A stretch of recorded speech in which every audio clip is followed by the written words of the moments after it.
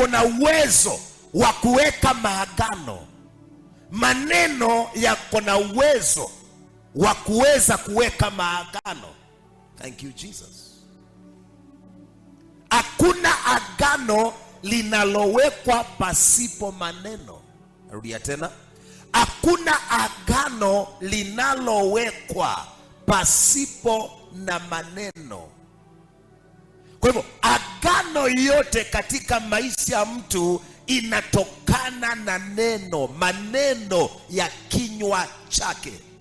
So nimesema kwamba words have the power. Maneno yako na nguvu ya kuleta maagano ama kuweka maagano, to create covenants. Bwana Yesu asifiwe. Maana watu wengi washajiweka katika covenant ya kuishiwa. Hakuna kitu chema kinaweza kikaonekana kwa maisha yake. Hakuna kitu chema kinaweza kikaonekana. Kwa sababu namna gani? Maneno yake yameshamweka katika agano la kung'ang'ana.